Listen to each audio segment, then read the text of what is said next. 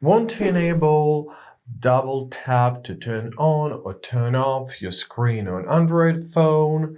So let's go through it. So first of all, we are to open up our settings. And now let's scroll down to the very bottom to our additional features tab. And there, let's locate our motions and gestures.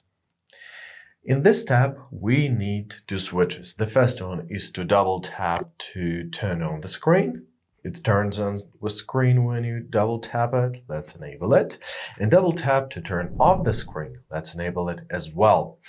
This makes our screen goes black when we'll double tap in on the empty space on home or lock screen. So let's try it out. Let's double tap on our home screen. As you see, the screen has gone dark. However, if we're gonna double tap it on the lock screen, we're back, and that's how it works. So basically, that's it. I hope this video was helpful. Thank you so much for watching. Have a great day, and please consider subscribing to our channel.